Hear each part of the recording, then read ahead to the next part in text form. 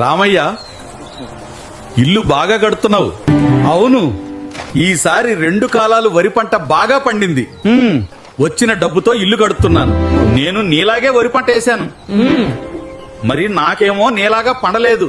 ఎందుకని రామయ్య? నా వరి పంటలో రసాయనిక ఎరువులు సగానికి పైగా తగ్గించాను.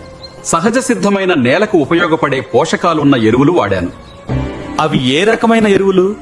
నాకు వివరంగా చెప్పు.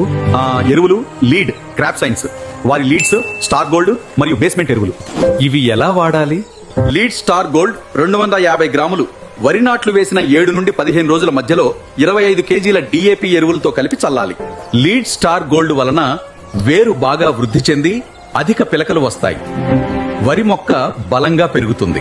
ఆ తరువాత 20 నుండి 30 రోజుల మధ్యలో బేస్మెంట్ 4 కేజీలు 20 కేజీల యూరియాతో కలిపి చల్లాలి.